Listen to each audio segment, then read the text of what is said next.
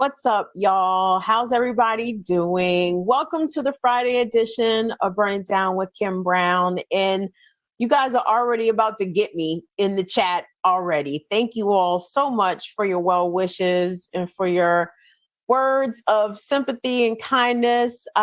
Yes, we lost Lil Breezey on Tuesday.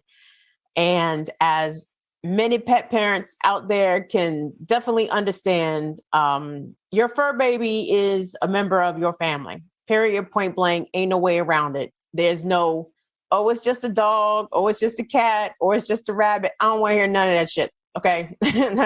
Breezey was my baby. She was my baby, and I raised her from when she was a baby to when she was an old lady and transitioned out of here on Tuesday. So at the end of the show, I'm not gonna subject y'all to the whole show is not gonna be about Breezey, although it very easily could be all about Breezey, because Breezey was that awesome and that incredible. But if you guys don't mind, if you wouldn't wouldn't mind hanging around until the end of the program, where I can do a proper tribute to my baby, to my pit bull, to my Breezey angel. She was a great dog. Breezey dealt with her own disability. Breezey had Addison's disease. I'd like to talk to y'all about that.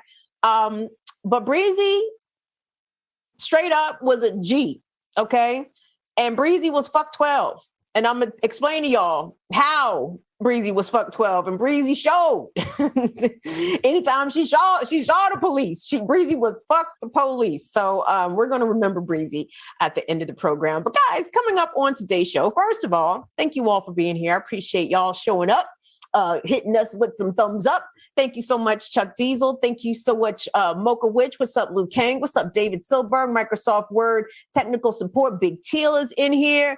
Rain Desud, thank you so much, baby. Kev Z247. I know we got more of my people in here. Let me scroll, do my scrolls and up. Thank you, Dawn. Thank you, Sugar Booger. Alicia, thank you so much. D-Rocky, you a real one. You a new one, too. What's going on with y'all, man? Cryptician, thank you, honey. Afraid Not, appreciate y'all. Thank you guys so much for your support around Lil Breezey girl. So, coming up on today's show, I'm going to keep it a buck with y'all. I couldn't handle no real heavy shit today. Okay? I just couldn't do it. I mean, in case you guys are also watchers and members of Black Power Media, which you absolutely should, y'all. I couldn't even get it together to hop on the Remix Morning Show with the fellas this week. So that just to let y'all know where my brain was. But at the same time, I had to understand that despite Breezey being my pet, I mean, I am grieving her loss. You know what I mean? So I had to make time and take time for myself for that, and not just try to rush myself back into, doing whatever we're doing over here on YouTube. But I needed some time to deal with that. And I'm still dealing with it. And the whole house is dealing with it. The dogs are sad as shit. Anyway. So thank you all. But hold on.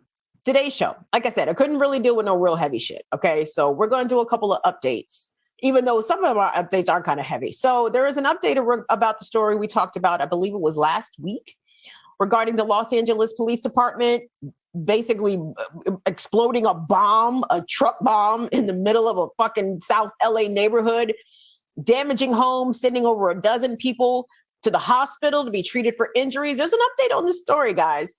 And let me spoil it for you. It does not involve the LAPD taking responsibility for what the fuck happened. Quite the opposite. There's that.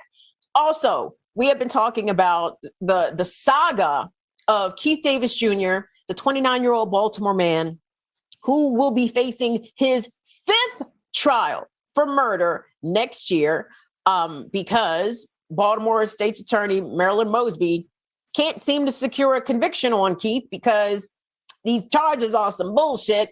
And Keith had the opportunity to be heard on bail. And I'll let you guys know what happened with his bail hearing. But first, I have to start really in the best direction we could possibly start, with some good fucking news, okay? And here on this program, here on Burn It Down with Kim Brown, we don't hesitate to shout out the Black women, girls, and femmes who are out here stunting on the world, okay? And such a young lady gave a brilliant performance the other night at the Script Spelling Bee. Her name was Zaila. I believe I'm saying that right. Zaila Avant-Garde. Stunt on them hoes, honey. Do you hear that name? Zaila Avant-Garde. Avant-Garde, bitch. We avant-garde. We top flight out here. We first class. We are upper echelon out this joint when it comes to talent and Black girl superiority out this joint. Kev Z 24/7. Thank you so much. That is very kind for you. I appreciate that, Kev. Thank you. Dwayne. Oh, y'all. Hey, y'all say what's up to Dwayne. Give Dwayne a little wave in the chat. Dwayne is with us today. Tunde is still on vacation. I believe Tunde will be back next week. But Dwayne, if we could please, can we take a look at that Script Spelling Bee moment when Zaila Avant-Garde stunted on the world?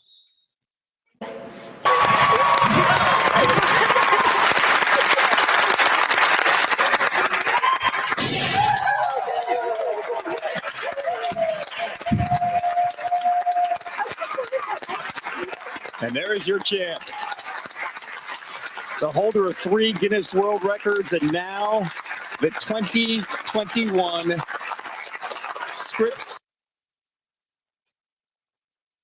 Now, usually I am very attuned to the Script Spelling Bee. I find the Script Spelling Bee to be high drama and high competition value, right? Like it goes down. These kids are unfuckwittable out here. And to see Zaila become victorious, obviously, you all have already heard, she's the first African-American child to win this joint in 96 years, which is great. But I like the Script Spelling Bee because usually it's the South Asian kids out there fucking everybody. And I mean, fucking them up, right? And I love to see it. I love to see them brown children be smart and brilliant and show it all off. But Zaila is not just a spelling champ. First of all, she won like the New Orleans Regional Spelling Bee because she's a G. But like the man said, she's a 3-time Guinness World Record holder. Dwayne, I don't know what number it is on the doc, but it is the next video of Zaila. And I actually, is there music underneath of it? Because I don't want us to get dinged because YouTube be acting like a whole hoe out here with this copyright shit. Is there music underneath it? If it is, just play like a few seconds and maybe we can run it without sound and I can talk over it. Does that make sense? My name is Zaila Avant-Garde and I'm 14 years old. So I have a Guinness World Record for most bunch juggles in 1 minute with 4 basketballs. Don't remember the number, but it's a lot. Then I have one for most dribbles in 30 seconds with 4 basketballs. The main one I have is like the crowning achievement of all basketball Guinness World Records is the most basketballs dribbled in 1 minute simultaneously, which is 6 balls. For my 13th birthday, I decided that I wanted to celebrate becoming a teenager to do a Guinness World Record. I don't know, it was just kind of like just... Why'd it stop? That was glorious. I want to see more of Zaila. What'd you say? Oh, that was it. Isn't there another video of her? Like I said, I think didn't I put 3 videos on the doc for Zaila? Give us a moment, y'all. Hold on. Because I thought there was one of her like playing. She was like in the gym, like just literally just fucking around, and she was buckets. You got it? I'm on the roll and I put that on the game. Yeah. Look at Zaila. Buckets downtown. Yes, let me just talk over this to Wayne. Look at her. She dribbling behind her back. She got handles. Look at Zaila in between her legs. Y'all, she is 14 years old in the 8th grade. Buckets. Look at her. Buckets. Swish. Zaila got handles. Zaila got a jumper. Swish. Who's fucking with Zaila out here? Nobody. Swish. Swish. Zaila Avant-Garde. The child is aptly named. So I know we are in a bit of mourning / celebration, but I had to play that because that makes my heart smile to see young Black girls, especially out here being themselves. Zaila didn't make a choice between being an athlete and being a student scholar, right? Or being a top-notch, now nationally renowned speller. No, Zaila is out here doing everything. And whoever Zaila's parents are, give them an award because I can imagine it is probably not that easy to raise a teenager in today's day and age. From a people who are parents of human children, I salute y'all because that shit don't look easy at all. But apparently Zaila's parents are doing an exceptional job, or whoever is raising Zaila. So let me not assume that she's, in a so-called traditional home. Anybody could be raising her. She could be raised by her grandparents. She could be raised by a variety of people. So whomever has guardianship over this girl, please stand up, take a bow, write a book, tell the rest of us how you get a 14-year-old to be that exceptional at everything she does. And she's on Twitter, which is where I found those videos. You need to follow Zaila. Oh man, I can't remember what's her Twitter account, Dwayne. Is it Basketball Star? Something along them lines. Hold on, I'm making Dwayne do a lot of work right now. No worries, because I think I took it off of her page. I did. Basketball as art is her Twitter handle. Basketball as art. Zaila Avant-Garde. Put some respect on her name. Put some respect all over her name. And Zaila, you know what? I know she was on the Today Show, I think, this morning, but I forgot to watch. But I did hear that Zaila intends to, she wants to go to school.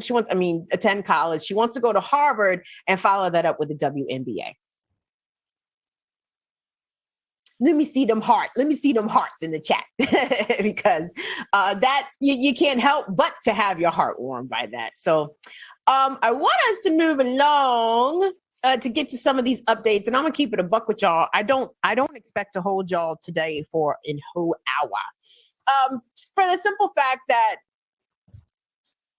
I kind of had to get up, and I don't mean like awake and like stand up. I mean I had to summon my innards in order to do a show today because I didn't feel like it because I'm missing my puppy, But so that I said that to say we're not going to do a whole hour, but I wanted to bring y'all up to speed on some shit. And just sidebar, by the way, YouTube on some bullshit. You see, they deleted our Friday show on some copyright nonsense. Our whole show regarding Sha'Carri Richardson and other such things we discussed. And the reason that they dinged me for the video was because of the race that I showed, that 200 meter with the sister from Namibia, Mabongo, Christine Mabomo, walking bitches down. Yeah, Flow Sports said, no, Kim, your tiny channel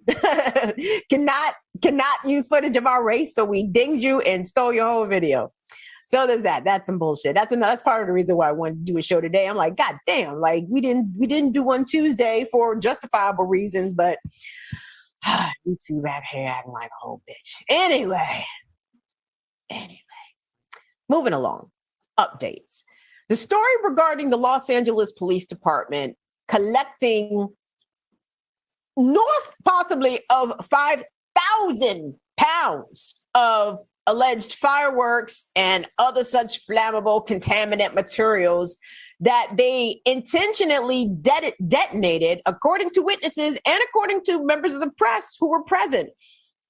When the shit blew up, LAPD was allegedly trying to get people who were standing on the street away from the truck and allegedly said, fire in the hole. So that sounds like they fully intended to blow up those fireworks in that vehicle, in that neighborhood, full of Black and brown people, and people were injured, homes were destroyed and damaged, as were vehicles. So people would ask, why in the hell would the LAPD, for all intents and purposes, set off a bomb in an LA neighborhood? Well, because white folks don't live there, okay? White folks did not live in that particular neighborhood where they blew up that truck full of fireworks, so that's why the fireworks got blew the fuck up.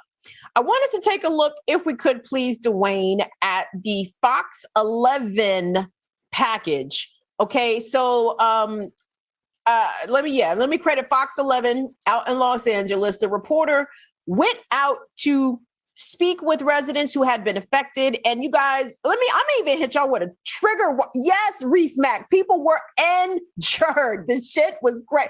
Like, I'm about to blow y'all's mind with this package, right? And again, credit to Fox 11 out in Los Angeles. Lateef, thank you so much, Lateef. I appreciate that. Thank you so much, darling. That's very generous of you. But no, y'all about to get fucked up with this shit. I'm even hit y'all with a trigger warning because it's traumatic to be. I mean, I'm not even seriously trying to laugh at this shit because there's really nothing funny about it. If you want to perhaps snicker at the level of incompetence showed by these fucking Keystone cops under the Los Angeles Police Department, then that might be something to snicker at. But Lord have mercy, y'all. I'm telling you, this is going to blow your mind, you guys. Check out what Fox 11 in Los Angeles did in terms of following up with the people who have been impacted by the bomb the cops set off in LA. Yes, good evening. You can see there's still a perimeter set up in the neighborhood with police officers as well. And we spoke with the Becerra family and they're traumatized. They say they do not have a permanent place to live. And we have to warn you, some of the images in the story are very graphic. It was a emotional disaster for all my family. Jose Becerra is still haunted by the massive explosion that rocked his South LA neighborhood nearly 1 week ago, injuring 17 people, including himself and 4 of his family members. The explosion damaging homes and cars, leaving neighbors disoriented and desperate for help. I protect my family all the time. And suddenly, I'm not able to do it. No emotional, no physical, no financial. But before the disaster, Becerra says police knocked on their door that morning. Say they found some illegal fireworks in the neighbor house. Police seized the illegal fireworks, and Becerra says officers told him to stay indoors while they detonate the fireworks safely. Because he said he's going to be safe for us. So we say, okay, we're going to be here. 9 family members were in the house at the time when LAPD detonated the fireworks. Police believing it would be easier to do it there instead of transporting the fireworks. But it was a catastrophic failure. Glass everywhere. My family is screaming. I can't hear nothing because the explosion was really, really big. And I see my wife in the floor with a lot of blood. Becerra says he suffered cuts and scrapes. His aunt and uncle had face fractures and concussions, and his wife's eardrum ruptured, along with severe facial injuries. And on top of that, but the house is destroyed. The 4 bedroom, they are destroyed. The living room, they are destroyed. The family is displaced. We're living right now, not even day by day. I'm going to tell you, we're living hour by hour. And now, Becerra, his family, and the South LA community are demanding accountability after their lives were upended suddenly. I don't want to blame, but somebody have to take responsibility of what happened. That's the only thing I want. The Red Cross is helping the family with food and clothing, and a nonprofit organization is helping the family with the motel costs, but the family still needs a lot of help. They have medical expenses, among other expenses. Now, they do have a GoFundMe page, and we have all the information on our website. Reporting live this evening, I'm Coco McAvoy, Fox 11 News. Guys, what was missing from reporter McAvoy's package? And maybe, hold on, let me go to the chat because maybe I missed it. Maybe y'all caught it. maybe y'all heard it and I missed it. Yes, I'm looking at y'all's comments. Yes, it was unbelievable. What was missing from the reporter's package, class? I feel like I'm a professor now. Wait, welcome to y'all investigative journalism class, Journalism 301. I didn't hear her say what the city was doing, what the city of Los Angeles and what the LAPD's response to this situation is. Now, the police made an arrest. They arrested a man from whom they confiscated the fireworks. But the motherfucker they arrested didn't shoot off them fireworks in that neighborhood. Like, he didn't do that. He didn't do that. And that is a problem that I have noticed coming from Los Angeles social media. A lot of people are very pissed and quizzical as to why the Los Angeles media, the mainstream media outlets, Fox, Fox affiliate out there, the Los Angeles Times, CBS LA, etc. How come they're framing this story as, oh, a man was arrested in connection with this explosion? No, motherfuckers, the man didn't facilitate the explosion. The police did. And I didn't hear anything in that woman's package regarding what the city of Los Angeles is going to do. She said what the Red Cross was doing. She said there was a nonprofit out there doing shit. But she didn't say the city was making any efforts to either house people who had been displaced by this explosion or even covering medical expenses. Now, I hope, and I am pretty confident, though I can't say this with certainty, but there is a lawsuit forthcoming, okay? And it should be a big one. It should be a real big one, especially considering home values in the city of Los Angeles and the people caused. You heard that man, that poor man, said he has a 4-bedroom house. He had 9 family members living in that bitch, and they can't occupy the house safely. So if the house has suffered permanent damage, then the city of Los Angeles has got some splaining to do. But fuck some splaining, they got some check cutting to do. Cut the check. Run them people all their money that they're going to get. Dwayne, if we could please take a look at the interview from Kate Cagle, who is Spectrum One News' reporter. She is Johnny on the spot out there in LA. And I see a lot of journalists that I respect in Los Angeles respect Kate Cagle's work. So shout out to Kate Cagle. But Kate Cagle spoke to a member of the South Los Angeles City Council, is sort of like a civilian review board or a civilian oversight board. And this is what one of the people representing that South LA Council had to say regarding accountability coming from the cops and from the city. So we're calling for accountability of whoever made the decision to detonate these explosives in our neighborhood. They have to face consequences. Just like the man who stored all those fireworks and was selling it, he was arrested, he had his day in court, and he's going to face legal consequences. The people who made the decision to detonate that in my community also need to face legal consequences, aside from the obvious that they need to get fired immediately because they endangered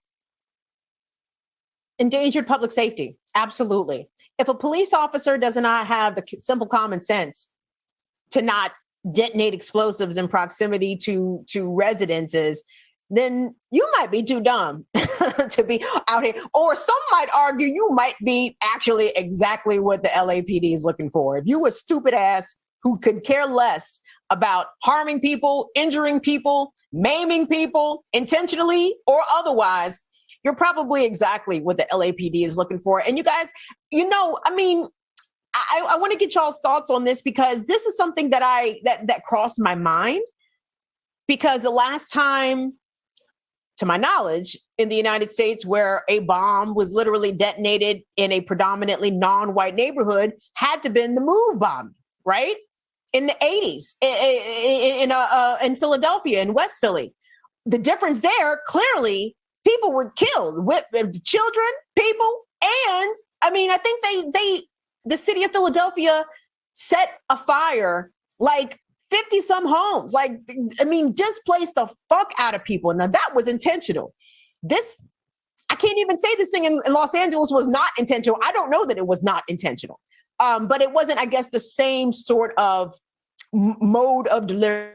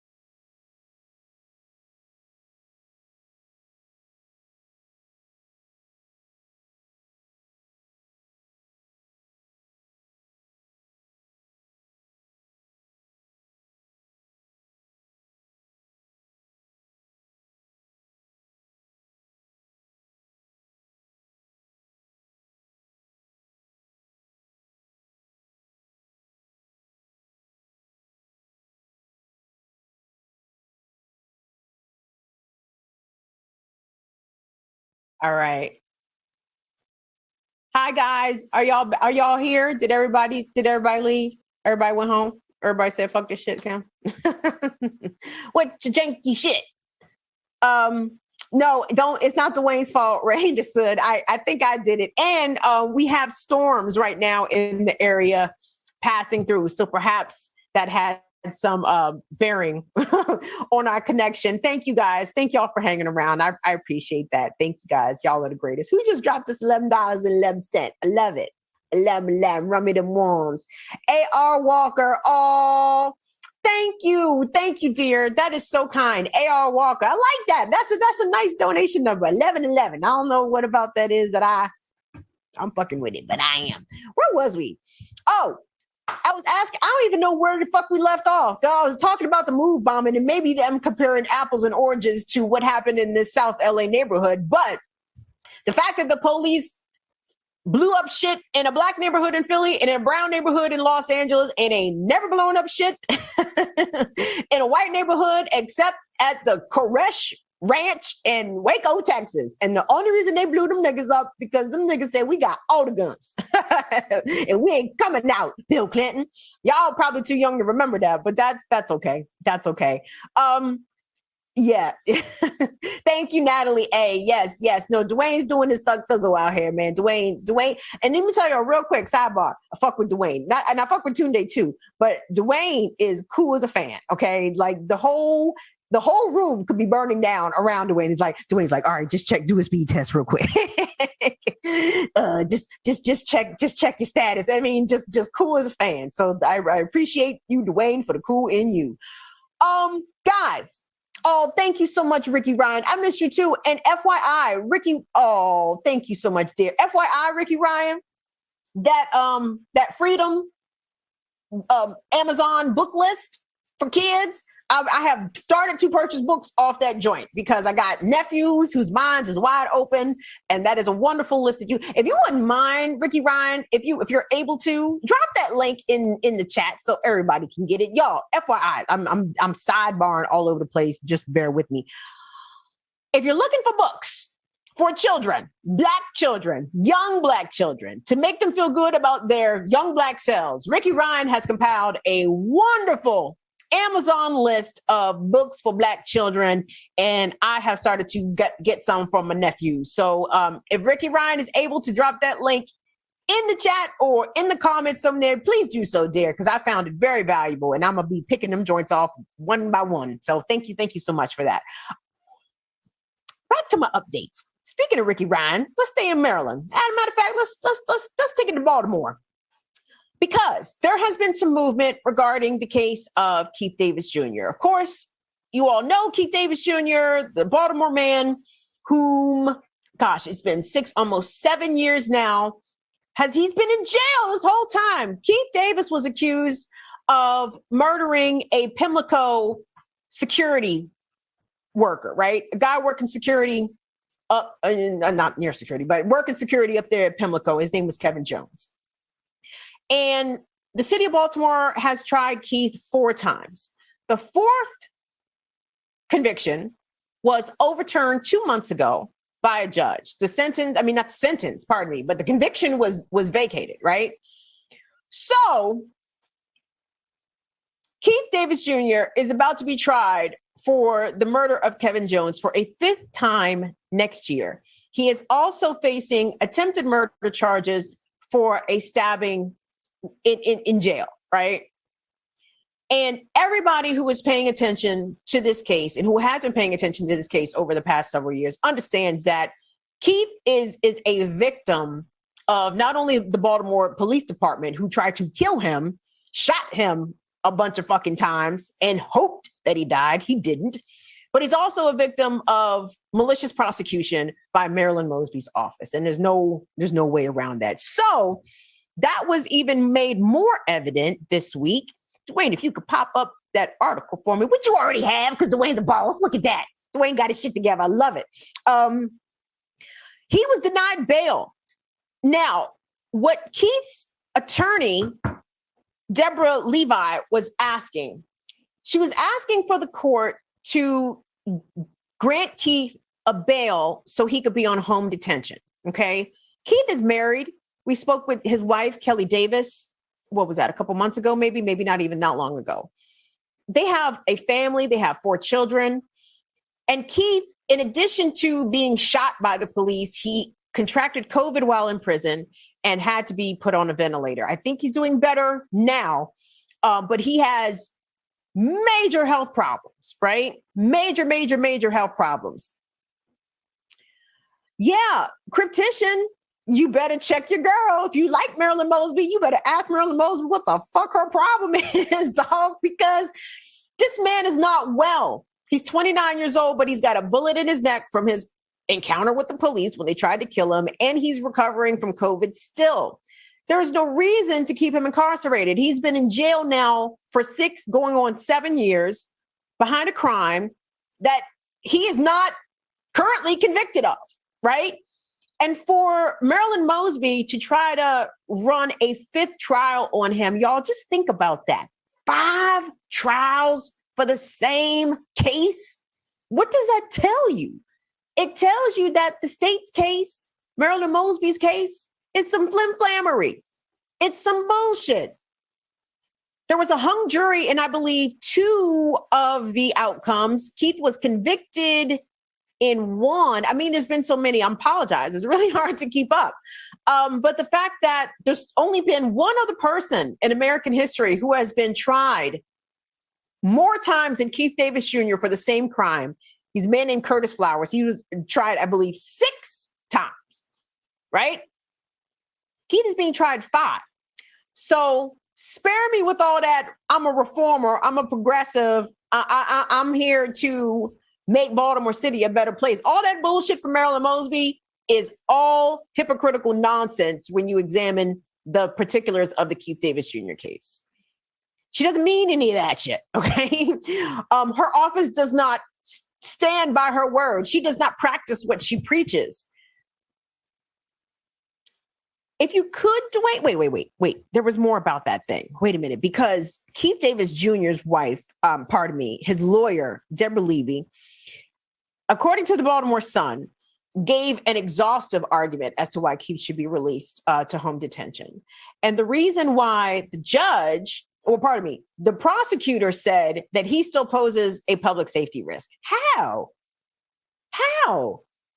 To whom? Let me pull this up. Hold on. So who wrote this by the Baltimore Sun? And mind you, sparingly do I engage the Baltimore Sun. Tim Prudente.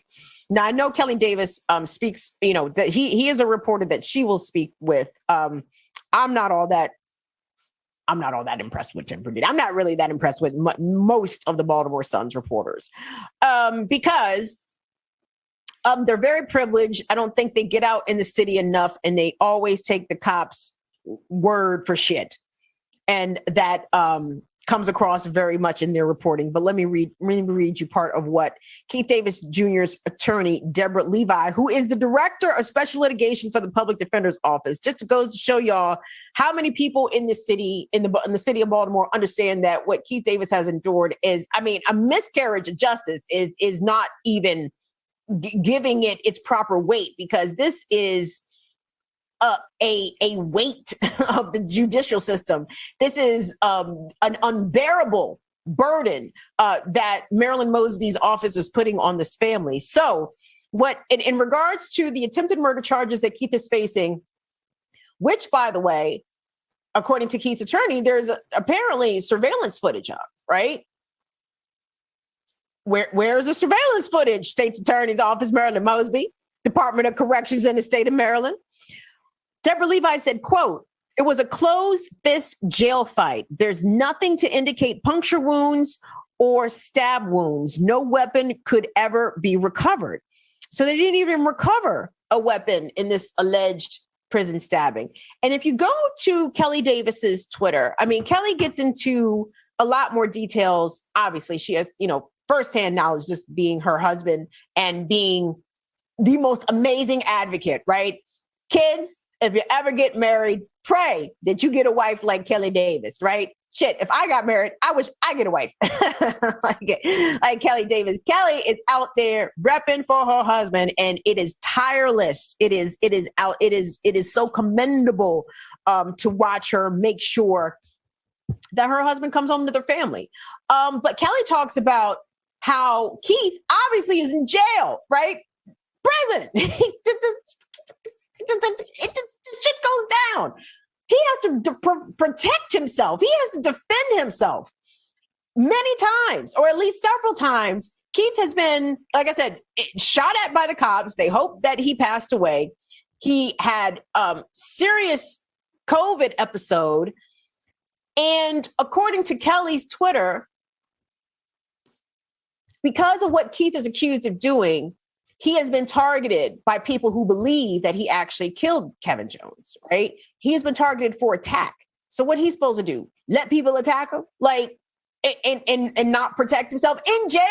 Like, and that was the other part about this Sun article that kind of pissed me off, because what the prosecutor said, let me pull this up, because it was kind of ridiculous when they talked about, part of the reason why Keith was getting these charges, hold on, because they said that he had sharp words for the corrections officer, and that he had been in a couple of fights, and it's like, he's in fucking jail. It's like, what the fuck? What do y'all expect? Like, how is he supposed to be on perfect behavior when he is in a violent environment, right? Like, jail is not daycare out this bitch. Jail is hard. Jail is nothing but violence.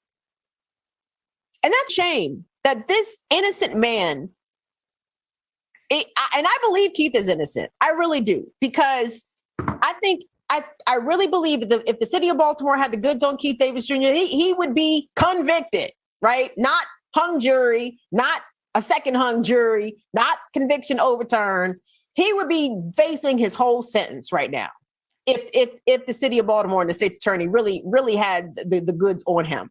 And from what I understand, the reason why that other conviction was overturned, that fourth conviction, the fourth trial conviction was overturned, is because the state attorney's office was using some shenanigans. They had, coerced some sort of jailhouse confession from somebody who had everything to gain by fabricating the events. And that's why that conviction was overturned. So please be sparing and be very skeptical and deliberate when you are examining these so-called progressive prosecutors, guys, because I don't think there's even such a thing as a progressive prosecutor. Maybe that white dude in Philly, he come close, but Marilyn Mosby has not met that standard for progressivism when it comes to the way that her office prosecutes people. And I don't care what they say about her on MSNBC. Ask people in Baltimore, okay? And they will tell you the real deal. Why is greater than capitalism? You're a hilarious scriptician. But speaking of Kelly Davis, you guys, Kelly is trying to raise awareness for Keith's case. Dwayne, for some reason, is my doc working? Thank you for the loving Lord Jesus. Can you do me a favor? Can you pop up C2 for me? Kelly is going to, Oh, thank you. Kelly is organizing people to knock for Keith, okay? To go around the city, knock on doors, raise awareness about Keith's case and what's happening. So if you're able to, follow Kelly on Twitter at 5050 Shades of Kells, Kellz. And Kelly, actually, she has a new profile pic. She colored her hair blonde. It is smoking hot. It looks really cool. But you guys, knock for Keith, okay? All of Baltimore needs to hear the story of Keith Davis Jr. All you have to do is DM Team Keith if you are interested. So if you're in the Baltimore area and you want to help bring awareness, because I don't think a lot of people in the city fully understand. Yeah, Larry Krasner is who I was talking about. Y'all, if Larry Krasner is some shit in Philly, y'all can let me know that too. I'm not here to praise prosecutors nor the police. If I got it wrong about that Bama, please correct me.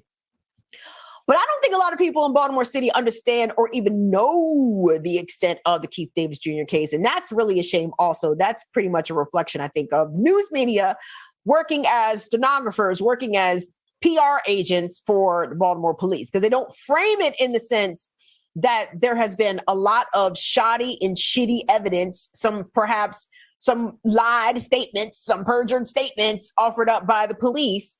And the media here is just not that focused on being that thorough to perhaps expose or even embarrass the police in that way for them being who they are. So those are my updates. I wanted to update you guys on those stories because that's really my goal here, gang. I mean, there are some things that are big talkers in terms of stories that everyone's going to talk about, and rightfully so. So, I mean, like, for example, I would love to be talking about Haiti right now.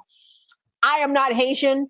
I am not privy to the inner workings of the Haitian political system, although I understand that nigga, Chauvinel Moise, was a bad Bama, but the Bama before him, Michel Martelly, also a bad Bama. But I would like to talk about Haiti with Haitians. You feel me? So I'm interested in talking about the Haiti story, but I'm not going to do it because I don't have the range. I'm for people bringing their expertise here, bitch. I'm not going to sit here and pretend like I'm an expert on 20,000 different topics. I am not.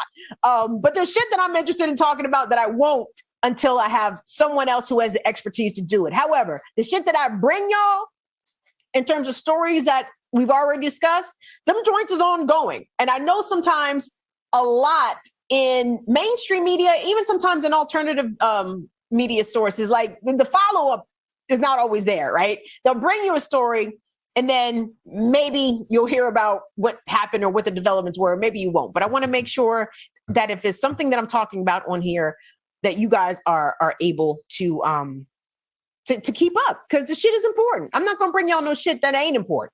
And I think the LAPD detonating a bomb for all intents and purposes in a residential neighborhood is a very important story. And I also think the story of Keith Davis Jr. is extremely important. So there is that. All right, guys. So here we are. Ooh, we did take up the hour because you know why? Because I could run my mouth. And maybe I've been avoiding coming to the end of the program because I'm still a little raw behind it. But you guys have got to know about Breezey.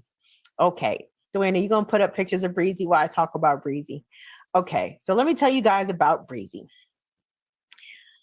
Whew. So in 2009, where was I? 31. Okay. I'm still living at home.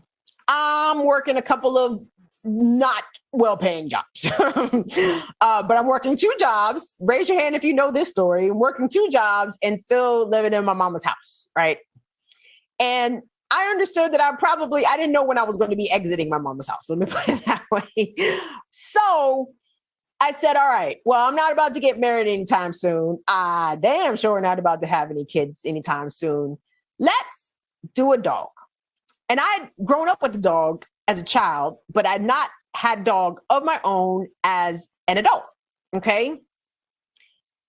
And I really wanted a male pit bull. I wanted a pit bull. I wanted a bully dog because I like Billy dogs. I am a pit bull, Presa Canario, Cane Corso.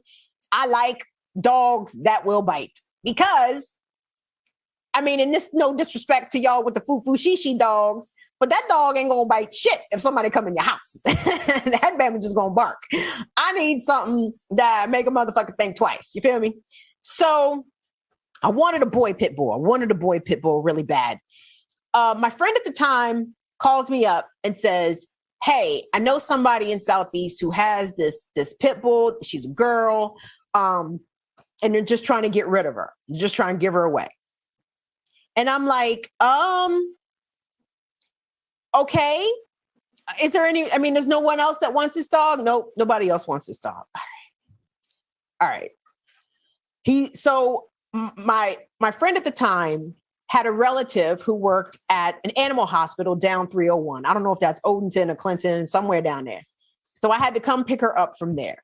I show up to the animal hospital And this little dog is shaking like a leaf. She is under the chair. She's got her tail tucked and she's like shaking, right? They tell me she's 4 months old and her name is Queenie. And I said, okay. And I just looked at her and all I could think of was at that time, there had been some recent stories in both Baltimore and DC of pit bulls specifically being abused and killed really bad. I'm not sure if y'all remember this. There are people in the Baltimore area. And then again, this was, 12, 13 years ago. But these kids down in Patterson Park, maybe it wasn't Patterson Park, but it was somewhere in South Baltimore. They had set this pit bull puppy on fire. There was another incident in the DC area of somebody throwing a pit bull puppy out of a car on the parkway. So I looked at this dog and I'm like, man, I said that to say, I know that pit bulls are very abused. Okay. And especially pit bulls who are skittish, who are not necessarily like aggressive dogs. Like dumb people who have pit bulls, like want them to be aggressive dogs. And like the ones that are not aggressive, which is a not insignificant percentage of them, oftentimes are used as like bait dogs during dog fights, or they're just mistreated. So I'm like, man, if I don't take this dog, I don't know what's going to happen to this dog. So I brought her home.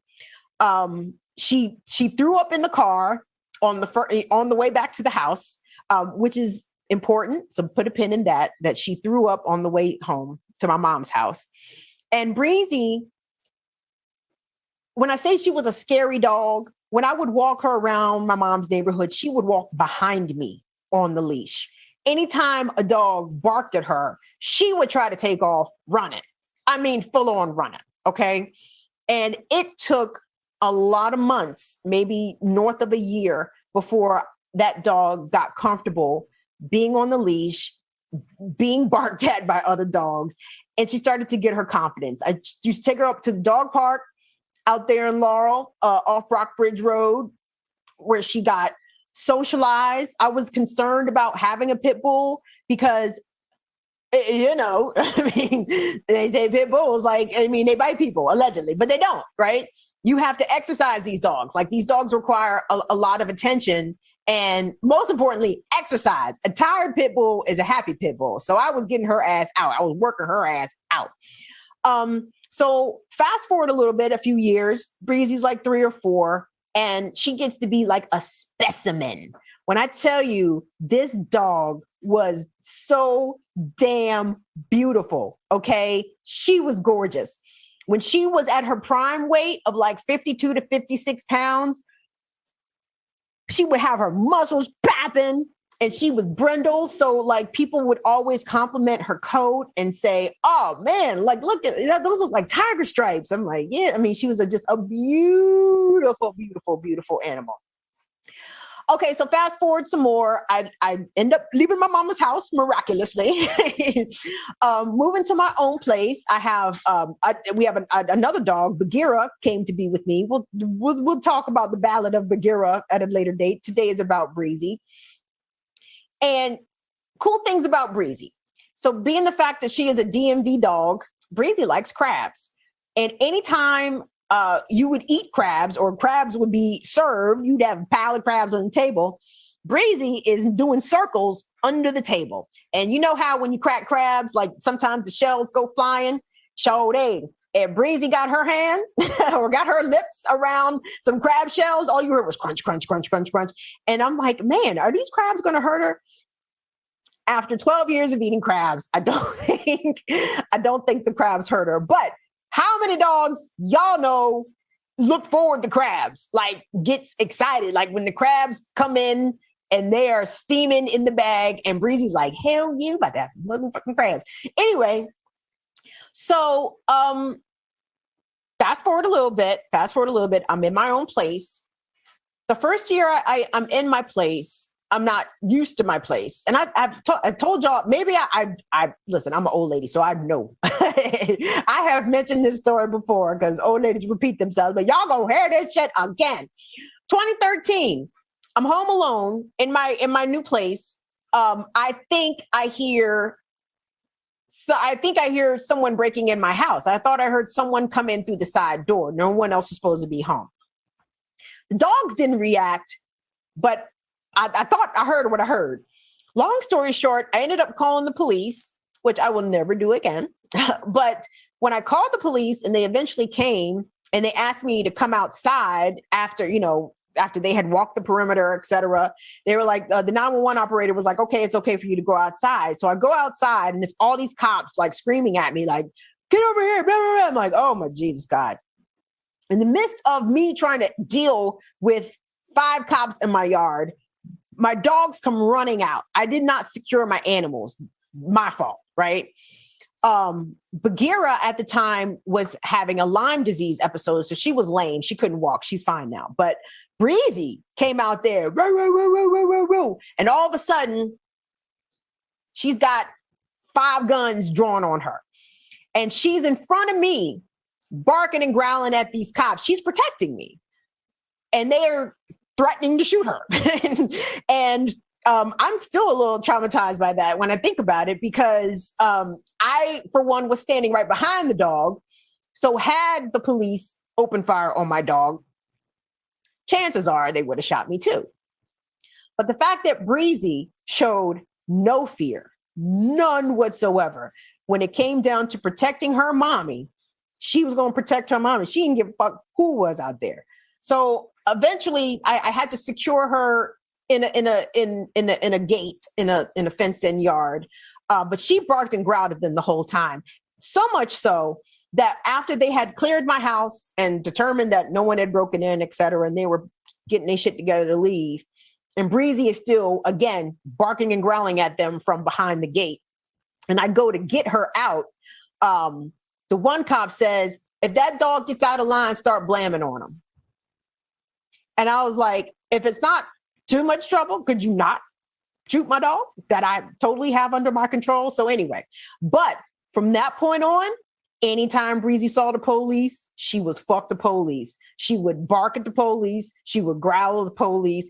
Even if we were riding in the car and she saw a police vehicle, she was barking at the police. She never forgot that. She was on the cop's ass from then forward.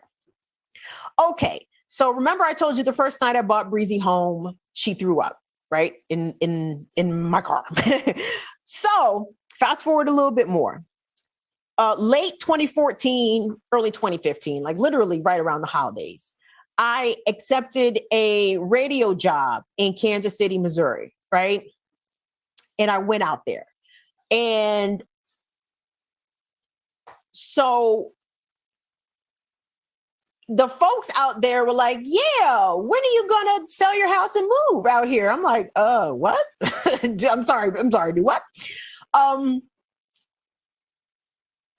by the way, trying to swing a mortgage and a rent, Sade, that is not the life you want to leave. That is not the life that you want to live.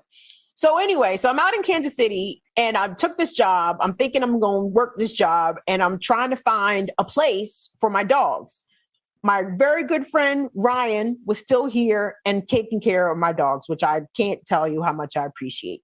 So as a lot of you probably know, when you're trying to rent an apartment and you have dogs, many of these apartment complexes have breed restrictions. And it was impossible for me to find an apartment that would let me have my pit bulls out there. That was a problem. But that wasn't the only problem. I had been gone about 6 weeks. And all of a sudden, Breezey took sick to the point where like Ryan found her in a closet, not unresponsive and laying in her own vomit. She was 5 years old. And he rushed her to the animal hospital and they had to give her IVs. They had to give her all kinds of shit. They didn't know what was wrong with my dog. Long story short, it turns out that she had Addison's disease. Now, ask me what Addison's is in a way that I can explain it in a medical way. I can't. I think it's some sort of glandular deficiency or perhaps hormonal deficiency. I want to say pituitary gland, but I can't specifically remember, but it's enough to make you very sick. The most famous person I can tell you who had Addison's disease was JFK, right?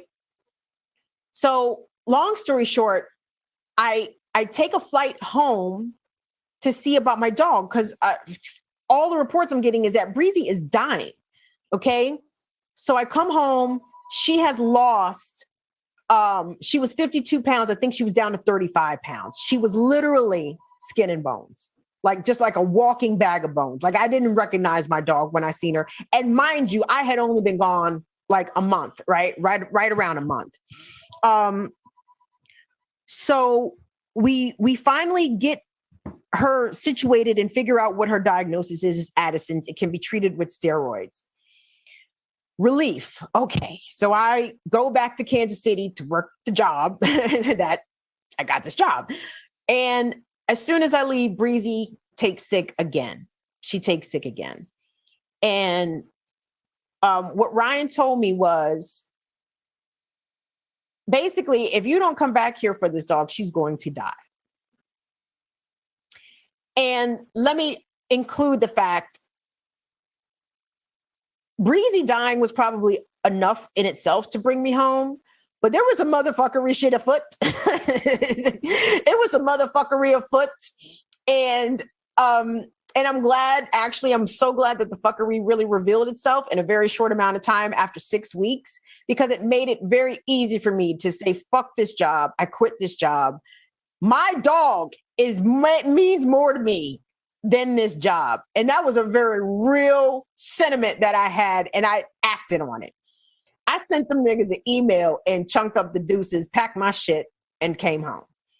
And lo and behold, guess what? Breezey got better.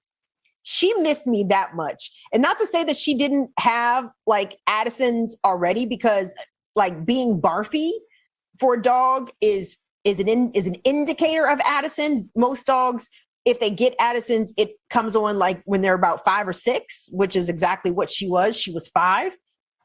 So thankfully we were able to figure out what was wrong with Breezey. And I came home and I said, fuck that job, because, and the reason I said, fuck that job has everything to do with the fact that had my dog died, if I'd have said, you know what, I really got to work this job. If I'd have said that and my dog had died and I was not there, that's something I would have never forgiven myself for. I'm talking about never in my life been able to forgive myself for letting my dog die and me not be there for her.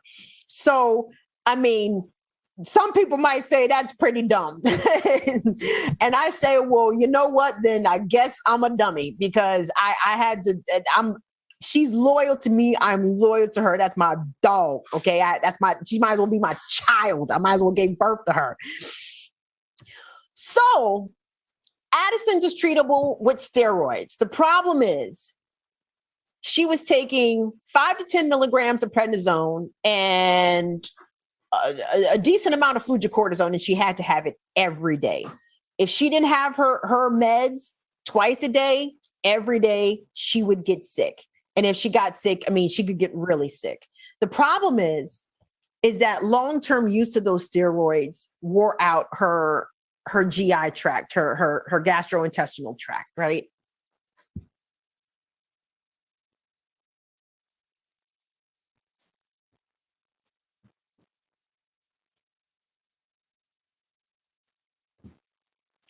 So Breezey, we were able to manage her symptoms, manage her disease. This dog was so happy, right? She was a greedy little fucker. She liked to eat, eat anything. She ate like a horse. And because she had basically normal function, she was able to go to the bathroom, pee and poop. She had an appetite. Even though her condition was deteriorating, like the long-term use of the steroids atrophied her muscles. So you could really see like her spine. And it was hard on her. So I'd say maybe the past 6 months, she kind of started to lose use and feeling of her back legs, despite the fact that she wanted to go to the park and run. She wanted to go for walks. And you know, in order to let her outside, she has to go down, you know, a handful of stairs. And it was hard for her to get up the stairs. So I started to pick her up and carry her up the steps. But luckily for me, Breezey was only 50 pounds and I can lift 50 pounds. So lucky for her, she had her mommy there to pick her up. So over the past year, like she had started to be a little incontinent. Like she started to drop poop turds different places, which, you know, I was thrilled about that. Which, by the way, if you have an incontinent dog and they start dropping shit random places, it kind of gives you a tiny bit of PTSD because you're not sure whether or not you're going to accidentally put your hand in some shit or step in some shit. So I was constantly like scanning, like I'm on the hunt for shit everywhere because, you know, but she wasn't doing it on purpose. And I could tell that she felt bad that she was doing it. So Sunday was 4th of July. And I mean, it sounded like the motherfucking war of 1812 around this bitch. It was rockets, red glare, bombs bursting in air. I mean, motherfuckers showed out for 4th of July around here. I don't know what they did around your way. I heard it sounded like everybody had fireworks this 4th of July. So naturally, that stressed the dogs quite a bit. And I think Breezey was particularly stressed. So that Monday,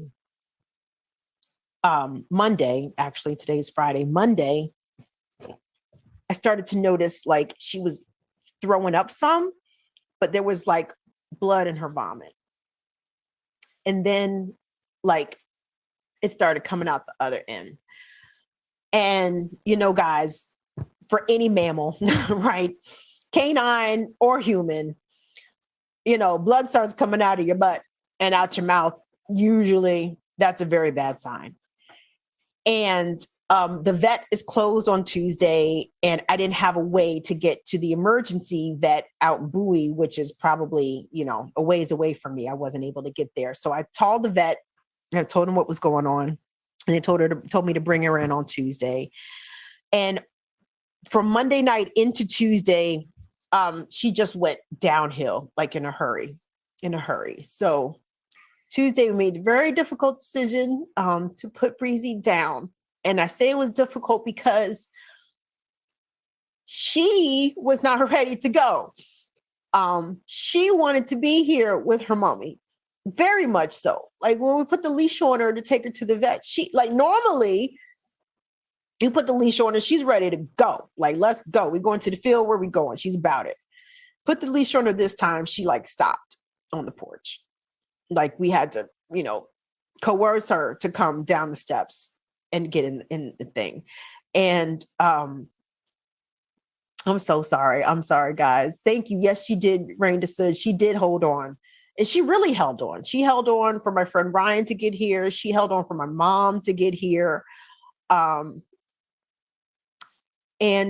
I want to say, you know, quickly, and not necessarily quickly, but I want to say thank you to the people at Hyattsville Animal Hospital, Dr. Dubois and Dr. K, especially, who saved Breezey's life the first time when she was 5 years old. They kept her alive until we figured out what was wrong with her. So Breezey would not have even made it to 12 if it hadn't been for Hyattsville Animal Hospital. So I thank Hyattsville Animal Hospital and thank Dr. K, especially, you guys. Black woman vet. I adore Dr. K, but she has like the greatest bedside manner with these animals. And I believe, like, as a Black woman, like, I mean, I feel like I relate to Dr. K, and she is excellent at what she does. But like I told y'all, and I'm not trying to be too graphic here, but, you know, Breezey had blood coming out both ends. So after they put her down and she's still, you know, laying there, Dr. K cleaned her up.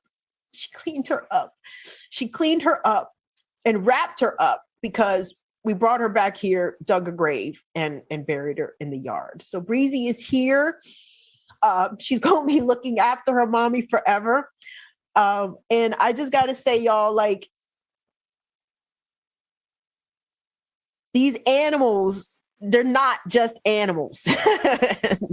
They aren't. They are not just animals. And I meant to say, Genevieve, I meant to tell you before I even got into the Breezey thing, like if anybody in this chat had something crazy to say, like it's just a dog, coupe la tête, okay? Please, like, but I don't think we had any of that in here today. So I appreciate you guys being very empathetic and understanding that, you know, this was a loss.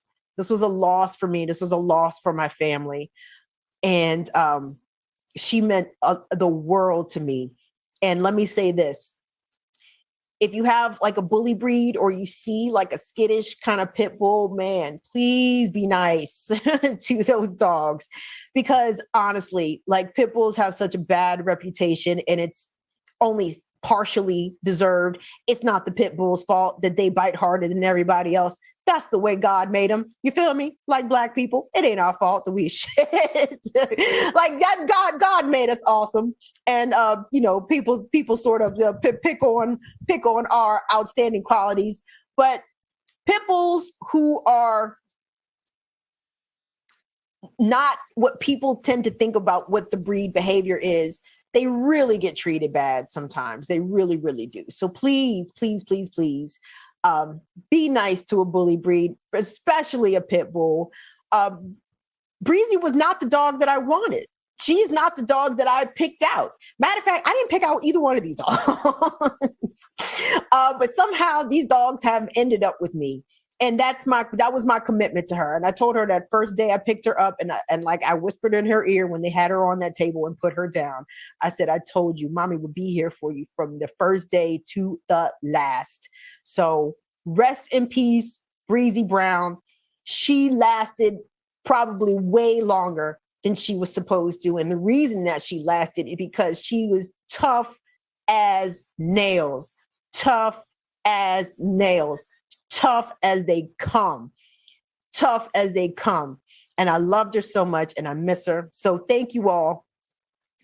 It's even better that they selected you. I don't know if it went down like that, Ms. Noru. I mean, anyway, but no, like I said, they were giving this dog away. I was afraid she would go to someone else who would mistreat her. And I knew I was not going to mistreat her. So thank you all so much for your condolences, for your hearts, for everything like that. That really makes me feel good. And I appreciate that you all let me remember and memorialize my dog. Because like I said, my feelings are still very hurt behind it. I cried today. I'm trying not to cry now. But anyway, you guys are the greatest. Thank you so much for your super chats. Don't forget, guys, follow us places around the internet, Instagram, and where the fuck else are we at? Oh, and Facebook, BIDWKB. We're on TikTok as well. Oh, support us on Patreon, patreon.com/BIDWKB. And if you want to drop us some bucks, y'all are so kind. Cash App, BIDWKB, and Venmo at BIDWKB. And I even think we're on PayPal at BIDWKB, lots of places. So anyway, thank you all. Thank you, Dwayne, for filling in for Tunde this week. And Tunde will be back next week. And on behalf of Male, Tunde, Genevieve, and Dwayne, you guys have a great weekend. COVID is still out here jumping on people, boys and girls and theys. So please proceed accordingly. Okay. The pandemic is not over. I do not want COVID to jump on you. So please do what you need to do to stay safe. And I will see y'all Tuesday. Thank you guys. Love y'all. Bye-bye.